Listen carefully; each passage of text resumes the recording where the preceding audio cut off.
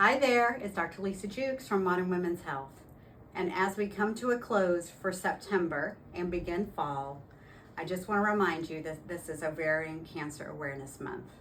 This is extremely important to myself, my providers, and my family, as we have been personally affected in our family by ovarian peritoneal cancer.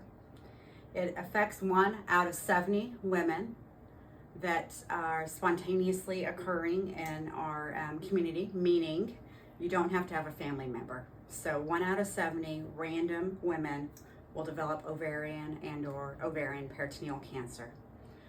Ovarian peritoneal cancer is a cancer that occurs with or without the ovaries present, and it is from cells that shed, believed to have shed from the ovaries and through the fallopian tubes and implanted on the peritoneum, the lining of the abdomen. And all of these can be very difficult to detect.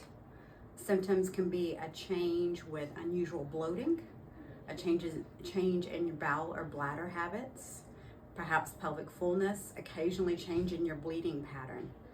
But again, this is very hard to pick up. Very important, if you have a family member that has ovarian cancer, we want to make sure either that family member had full genetic testing or that you have had full genetic testing. What does that mean? Well, 10 to 15% of ovarian cancers are associated with the BRCA1 and 2 gene. Other ovarian cancers are associated with other gene abnormalities, such as Lynch syndrome, RAD51, BRIP.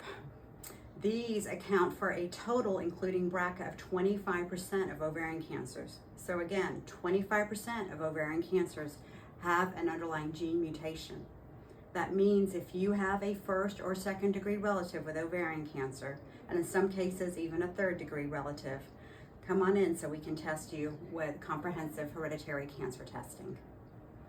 Aside from that, if you just have family members with ovarian cancer, 1 or 2 first or second degree relatives, that's something we should be aware of to make sure we continue to screen you in some degree.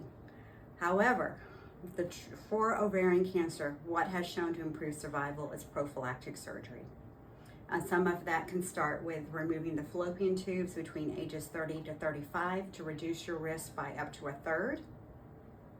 And then removal of the ovaries between 40 to 45 can give you the best chances of survival.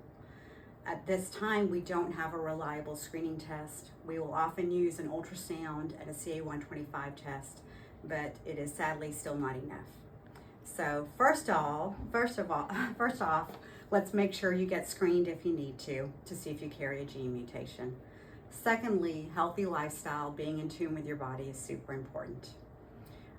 Breastfeeding can reduce that risk. Taking birth control pills can reduce your risk by 50%.